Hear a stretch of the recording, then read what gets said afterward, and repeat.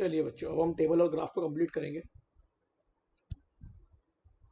देखो, बहुत ही आसान है और ये कोई अपन फालतू का काम नहीं कर रहे, ये समझाने की कोशिश कर रहे हैं। क्वांटिटी ऑफ लेबर एक है, तो एक लेबर कितना कंट्रीब्यूट कर रहा है?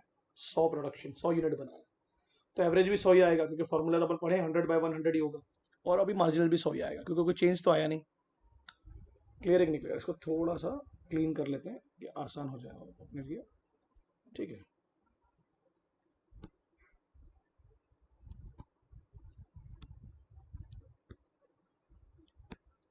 चलिए।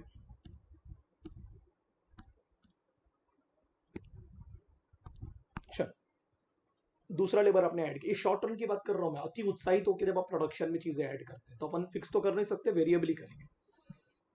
और ऐसा होता भी है, गलत नहीं बोल रहा हूं मैं। दूसरा लेबर आपने ऐड किया, तो अपन एक काम करते हैं, पहले दूसरे लेबर का कंट्रीब्यूशन देखते कितना हुआ। तो अपन ने देखिए दोनों ने मिला के 210 कंट्रीब्यूट किया। तो दूसरे ने कितना कंट्रीब्यूट किया? 210 माइनस 100, 110 निकाला ना आपके सामने मैंने माइनस करके, है ना? TPN minus TPN n minus 1।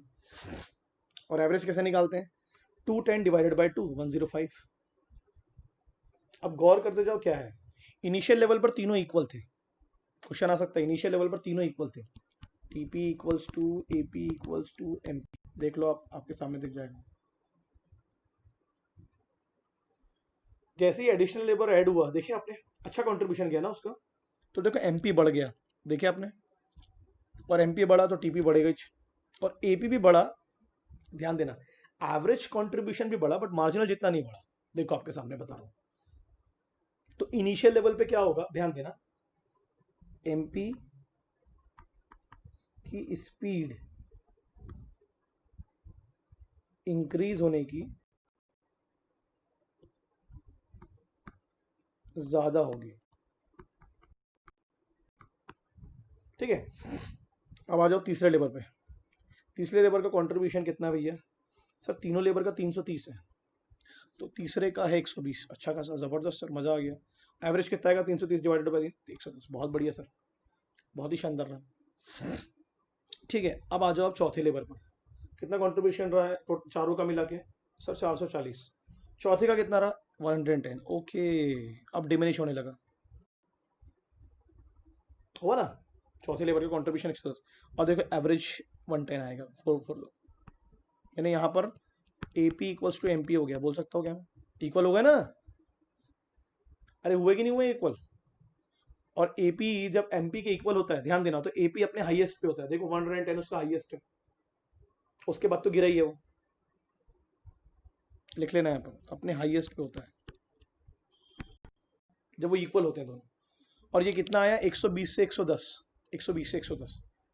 अब तो कंट्रीब्यूशन आपको दिखेगा धीरे धीरे कम ही हो रहा है। जबर अब बेवकूफ हो आप, एडिशनल लेबर को ऐड कर रहे हो, आप गधे बिजनेसमैन वगैरह से कर रहे हो, तो आपको दिख ही रहा है। अब मैं आगे आता हूँ, क्योंकि अब इसको बेवकूफ जैसे पूरा पढ़ना हो नहीं। 10वां लेबर आपने ऐड किया, क्योंकि आपको लग रहा है टोटल प्रोडक्शन तो बढ़ ही रहा है, बट एडिशनल खर्चा बढ़ रहा है तेरा गधे। ये हो गया एडिशनल कंट्रीब्यूशन, जीरो हो गया उस लेबर का। तो ये 750 का 750 है, और ये तो आपको पता है धीरे धीरे कम होता है, जीरो होता नहीं है कभी। तो अब देखो, अब टोटल प्रोडक्शन हाईएस्ट है 750, देखो ये सबसे हाईएस्ट यही है। तो TP जब हाईएस्ट होता है, ध्यान देना, MP तब जीरो होता है। Remember these words. और उस वक्त जो एवरेज प्रोडक्शन है वो डिक्रीजिंग पॉइंट, आपको ग्राफ में काम आएगा। तो 11वां लेबर आपने ऐड किया, जो जरूरत ही नहीं है, निगेटिव रिटर्न हो गया ना, मतलब ही नहीं है यार, क्यों ऐड कर रहे हो? तो टोटल प्रोडक्शन भी गिरने लगा, एवरेज प्रोडक्शन तो गिर ही रहा है, और ये हो गया निगेटिव। ऐसा हो सकता है, ऐसा नहीं कि मैं नहीं बोल रहा कैसे नहीं होता, बिल्कुल लॉकडाउन में यही हुआ, निगेटिव कंट्रीब्यूशन थे, निगेटिव रिटर्न थे, तो लोगों ने एडिशनल लेबर को निकाल दिया। मगर इससे साबित क्या हो रहा है? जो एवरेज प्रोडक्शन है वो TP पे बेस्ड है, टोटल प्रोडक्शन MP पे बेस्ड है। ठीक है, ये आपको याद रखना है। तो इनिशियल लेवल पर तीनों इक्वल है। फिर आपने एक चीज गौर किया, MP की बढ़ने की स्पीड भी ज्यादा है, गिरने की स्पीड भी ज्यादा है। बढ़ा भी एकदम से देखो, और गिरा भी एकदम से। और जब MP और AP इक्वल होते हैं, जब AP हाईएस्ट होता है, ये आपको ध्यान रखना है। जब टोटल प्रोडक्शन हाईएस्ट होता है, तब MP क्या होता है? जीरो। ये कुछ चीजें हैं जो आपको फोकस रखना है, बस इस पे अपना ध्यान रखिए। क्या रखिए? ध्यान, है ना? लेबर को जब आप ऐड करते जा रहे हो, उससे टोटल प्रोडक्शन, ये तो उसमें इसने एक्सप्लेन किया है तो फिर वो देखने की जरूरत नहीं। फॉर्मूले तो आपको बता ही दिया मैंने, आपको पढ़ना है, ये भी मैंने आपको बता दिया।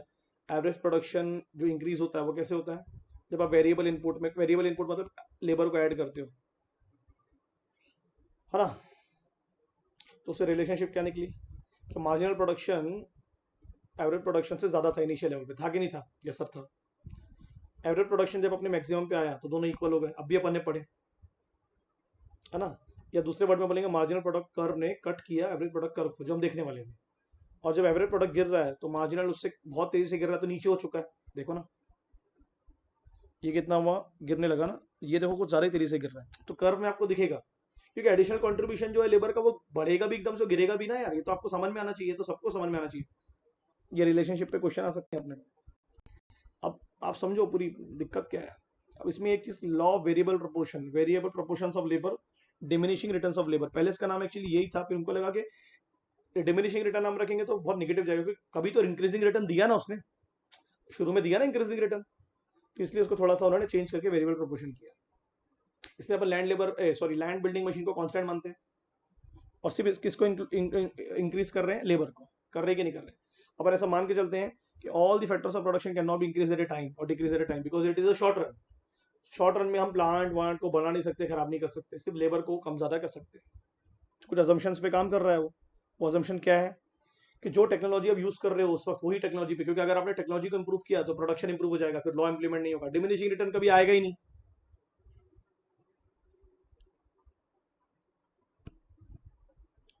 जो इनपुट फिक्स थे वो फिक्स ही है, लैंड बिल्डिंग मशीन्स,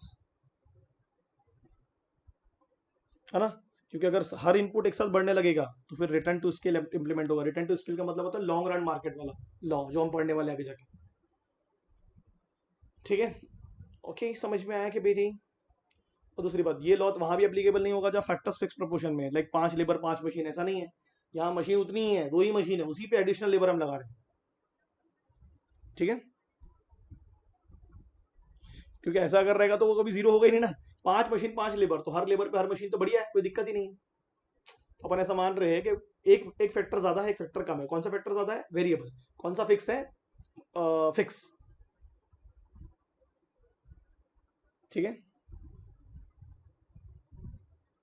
और हम फिजिकल इनपुट की बात कर रहे हैं, जो दिख रहा है, जिसे हम छू सकते हैं। अब यहाँ भी बात ही नहीं कर रहे हैं कितना प्रॉफिट उससे मिल रहा है। हमने कहा बात किया कि एक लेबर ने कितना प्रॉफिट कमा के दिया सेल्स, वो तो देख ही नहीं रहे ना। ये ध्यान रखो भाई।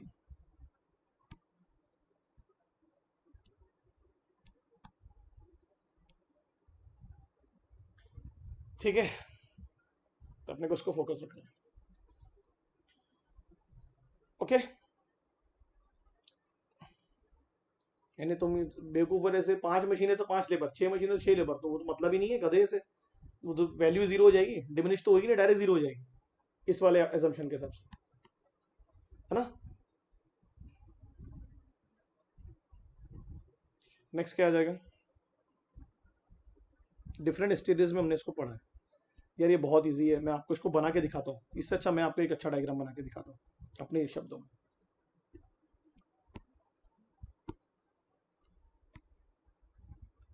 चलो आप मुझे बताओ, इनिशियल लेवल पर तीनों इक्वल थे, सर जी बिल्कुल थे, कोई बोलने की बात ही नहीं। पहले यहाँ ले लेते हैं कि भाई उन्होंने फॉर एग्जांपल 100 का प्रोडक्शन किया, यहाँ आपका प्रोडक्शन हो जाएगा ना, टीपी भी यहीं आ जाएगा, एपी भी यहीं आ जाएगा, और यहाँ आ जाएंगे आपके यूनिट्स,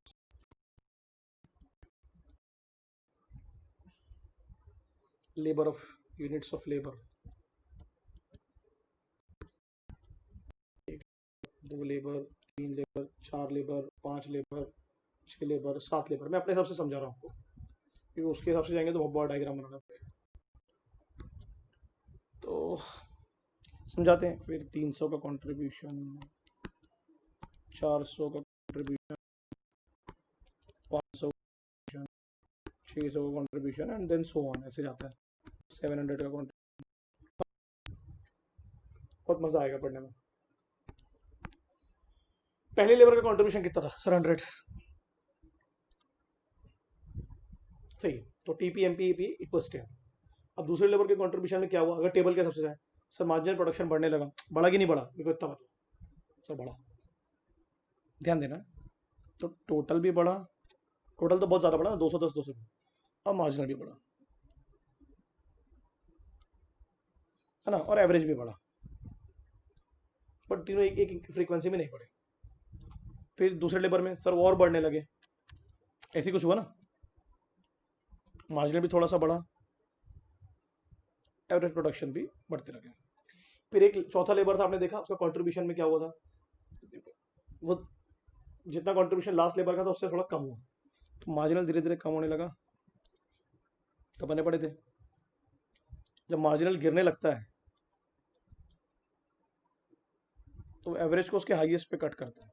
ऐसा हुआ ना, 110 आया था एवरेज, और वो 120 से 110 हो रहा था, तो मतलब ये 120 है और ये 110 है, और ये तो बढ़ेगा ही,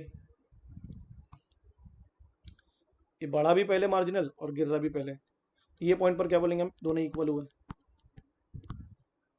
इंटरसेक्ट किया जब, और एवरेज अपने हाईएस्ट पे अपने पड़े थे, जब इंटरसेक्ट होते हैं एवरेज अपने हाईएस्ट पे, फिर क्या होता है धीरे धीरे सर, डेफिनेटली आप कंट्रीब्यूशन तो डिमिनिश ही जाएंगे छठे लेबर तक। मैं एक नया एग्जांपल समझा रहा हूँ, उस पर जाएंगे तो लंबा जाएगा। हाँ,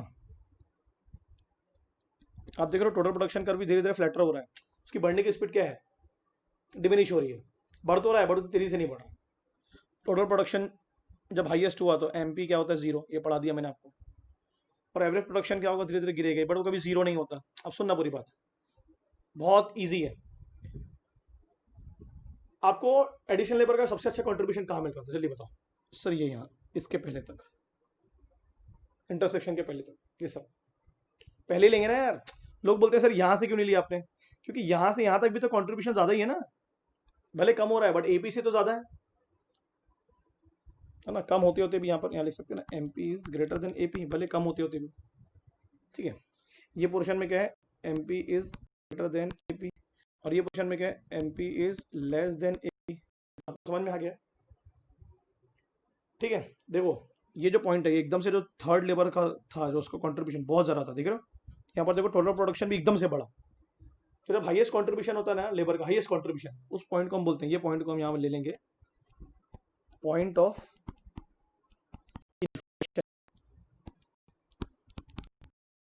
यानी हाईएस्ट रिटर्न, क्योंकि उस लेबर के बाद अब रिटर्न धीरे धीरे कम होने लगे। आराम से डायग्राम समझना, नंबर्स में मत जाना, जो समझा रहा हूँ उस पर फोकस करना। और अगर और लेबर ऐड करोगे तो फिर तो क्या हो जाएगा, निगेटिव, और ये भी धीरे धीरे कम होने लगेगा, है ना। क्लियर है, यहाँ तक क्लियर हुआ, बहुत बढ़िया। इसको थोड़ा पीछे से ले लेते हैं कि समझने में और आसानी है। तो पहली स्टेज क्या है, ये जहां पर आपका एमपी जो है वो एपी से ज्यादा है। पहली स्टेज में पूछेगा ना आपसे क्या क्या होगा, तो आप लिखेंगे फर्स्ट स्टेज में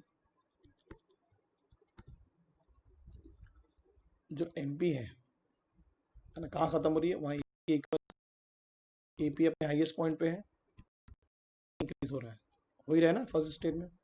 सेकंड स्टेज कहाँ खत्म होगी, जहां ये जीरो होगा, ये हो गई आपकी सेकंड स्टेज।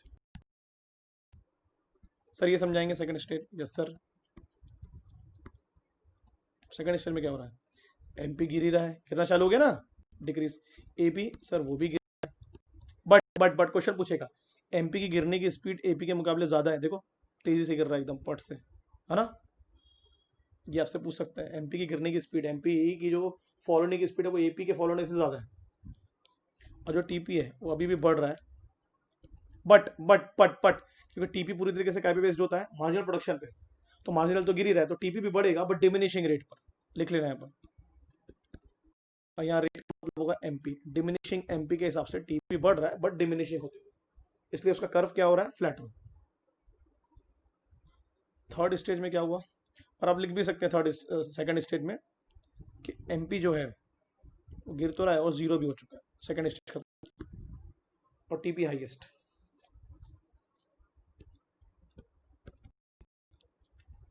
ठीक है, थर्ड स्टेज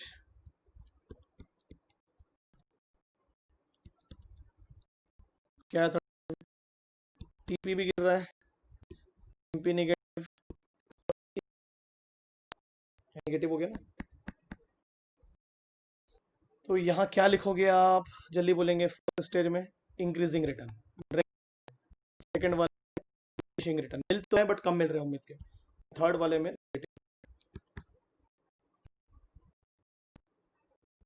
कई बार बच्चे पूछते हैं कि सर ये इंटरसेक्शन वाला पॉइंट आपने जो लिया, आपने पहली स्टेज यहाँ क्यों नहीं खत्म कर दी, जो एमपी हाईएस्ट था। मैं बोलता हूँ अबे ये गिरते गिरते भी तो इससे ज्यादा है ना, इसलिए यहाँ लिया मैंने, है ना। समझ में आया। बहुत अपनी कॉपी में लिख लेना है जो मैंने जिस तरीके से लिखा है। कर्व देखो, कर्व सबसे बेस्ट पॉइंट कौन सा है, सबसे बेस्ट पॉइंट तो यही लग रहा है जो आपने बताया, जहाँ एवरेज हाईएस्ट है ना। देखो ये यहाँ टोटल प्रोडक्शन भी तेजी से बढ़ रहा है एकदम फटाफट, फिर यहाँ से वो धीरे धीरे कर्व ऐसा स्टार्ट हुआ। तो मतलब ऐसा बोल सकता हूँ ना, इस पॉइंट पर, जिस पॉइंट पर एमपी और एपी इक्वल हुए, ये हमारा बेस्ट था, ऑप्टिमम था, यानी यहाँ हमको सबसे कम लगी। ध्यान रखें यहाँ पर सर कॉस्ट इंप्रूव बढ़ने लगेगी, क्योंकि दूसरे चैप्टर के लिए तैयार कर रहा हूँ। ठीक है, चलो इतना समझ गए।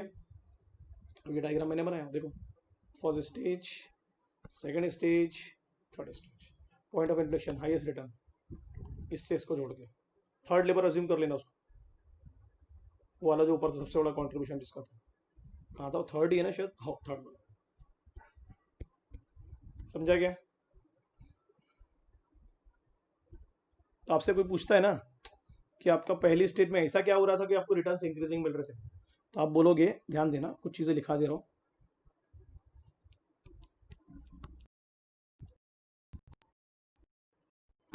क्या हो रहा था कि इंक्रीजिंग रिटर्न थे। आप बोलेंगे कि उस वक्त डिवीजन ऑफ वर्क हो रहा था, काम को हम बांट रहे थे, तो काम कर रहा था ना। क्वांटिटी ऑफ थी वो क्वांटिटी ऑफ फिक्स फैक्टर के मुकाबले कम थी, तो जैसे जैसे लेबर ऐड कर रहे थे मशीन्स का फिक्स फैक्टर का लैंड बिल्डिंग ऑप्टिमम होता है ना सर, सही कि नहीं सही है। हर लेबर मशीन को और बेहतर तरीके से यूज कर रहा था, स्पेशलाइजेशन हो रहा था। सेकेंड स्टेज में क्या बोलेगा वो आपको,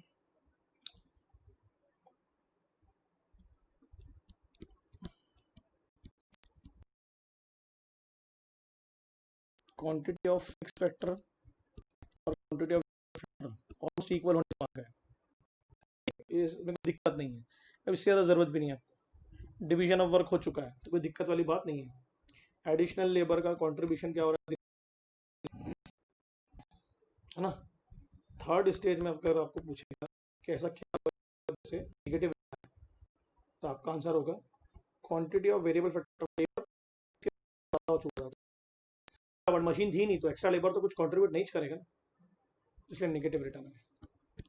क्या है नेगेटिव रिटर्न, ये आपको यहाँ लिखा हुआ है। तो आपको अगर क्वेश्चन है सबसे बेहतर फिक्स फैक्टर कब यूज हुए, तो बोलना पहली स्टेज पे, क्योंकि लेबर कम थे और हर एडिशनल लेबर मशीन को बेहतर यूज हुआ। सेकंड स्टेज पर इक्वल हो गए तो ऑप्टिमम यूज पे तो क्वांटिटी ज्यादा हो गई थी, लेबर की जरूरत थी नहीं।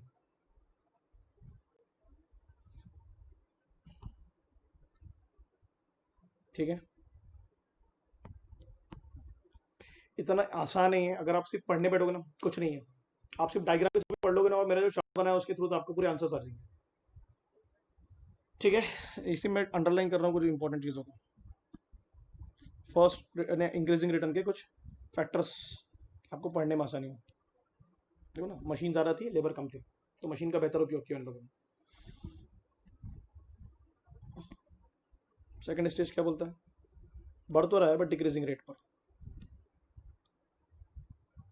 है ना, इक्वल हो चुके थे ऑलमोस्ट दोनों, सफिशिएंट यूज हो चुका था फिक्स फैक्टर का भी, वेरिएबल फैक्टर का भी, तो फिर एडिशनल ऐड करने से कुछ मजा नहीं आ रहा था। जैसे लिखा है ना इसमें, फॉर एग्जांपल के तौर पर, when 4 men work put to a work on one machine, बस हो गया। एक मशीन के लिए एक लेबर था, तो 2 3 4 ऐड हो गए ना, 2 3 4 का कंट्रीब्यूशन क्या हुआ, इंक्रीजिंग डिक्रीजिंग। अब 4 के ऊपर एक लेबर चाहिए नहीं अपने को, तो मतलब एक मशीन पर 4 लेबर चाहिए, तो चारों आ चुके हैं, तो वो सेकंड स्टेज वहां खत्म हो गई। और जब एक मशीन पर एक ही लेबर था, तो वहां से फर्स्ट स्टेज चालू हुई थी।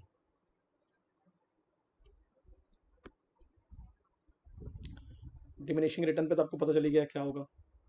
थर्ड स्टेज क्या बोलता है, जरूरत ही नहीं है ना आपको, आपने जबरदस्ती क्वांटिटी वेरिएबल फैक्टर ज्यादा हो चुके हैं,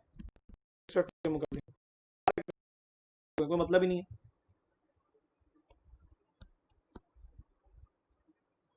कि बहुत इजी लैंग्वेज है, बहुत इजी, आपको बिल्कुल दिक्कत नहीं होनी चाहिए। अच्छा, आपसे पूछेगा कौन सी स्टेज तक प्रोडक्शन करोगे आप अगर बिजनेसमैन होते, यानी आपको मैंने इतनी ही डिटेल में समझा दिया हूँ, आपको सिर्फ इस पैराग्राफ को, एक्सप्लेनेशन को सिर्फ पढ़ना है, ठीक है। अच्छा, एक और चीज, वो जो लेबर्स है ना, मतलब वो जो हर लेबर है, हर दूसरा लेबर है, वो सब एक दूसरे के परफेक्ट सब्स्टिट्यूट है, सबकी स्किल एक जैसे है, ये भी एक असम्पशन होता है। क्योंकि अगर एडिशनल लेबर का सब्स्टिट्यूशन खराब रहा तो वो तो रिटर्न इंक्रीजिंग मिलेंगे नहीं यार, बहुत अच्छा रहा तो कभी डिमिनिशिंग रिटर्न आएंगे नहीं। आप रैशनल प्रोड्यूसर कौन सी स्टेज तक जाएगा, चलिए बोलो। सर आप बोलोगे स्टेज 1, मैं बोलूंगा स्टेज 2। स्टेज 2 तक इसलिए क्योंकि स्टेज 2 तक कुछ तो मिल रहा है ना रिटर्न। और आपने ऑप्टिमम यूज कब किया, स्टेज 2 तक किया ना, पूरा चूस लिया अपने मशीन को, पूरा खा डाला,